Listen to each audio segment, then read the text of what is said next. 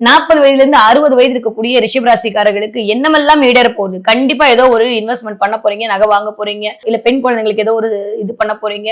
ஒரு நல்லவைகள் எல்லாம் நடந்து வரக்கூடிய காலகட்டமாக இருக்கு. சில பேருக்கு தசா புத்தி நல்லா இருக்கிற பட்சத்தில் உங்களுக்கு தெரியாம சில வெள்ளிகள் உங்களுக்கு கிஃப்ட் வரலாம். வந்ததுன்னா எனக்கு கமெண்ட்ல சொல்லுங்க. ஏதோ ஒரு வெள்ளி ஐட்டம் இல்ல ஏதோ ஒரு ஐட்டம் உங்களுக்கு கிஃப்ட் கிடைக்கும் தடவை.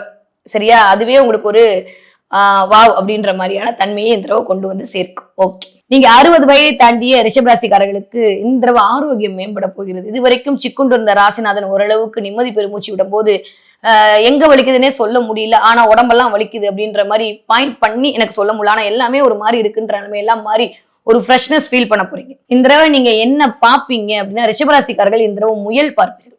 பாத்தீங்கன்னா என்கிட்ட சொல்லுங்க. சரியா? நிறைய முயல் பார்ப்பீங்க. முயல் உங்க கண்ணில் படும். இல்ல முயல்ன்ற மாதிரியான ஒரு சிம்பிள் இருக்கும்.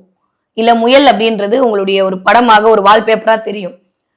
சில பேருக்கு எங்கேயோ ஒரு இடத்துல இருந்து முயல் காட்சி கொடுக்கலாம்.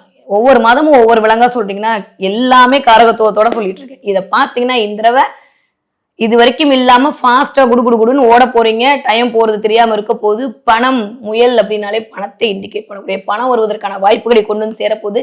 சேவிங்ஸ் அதிகரிக்க போகிறது.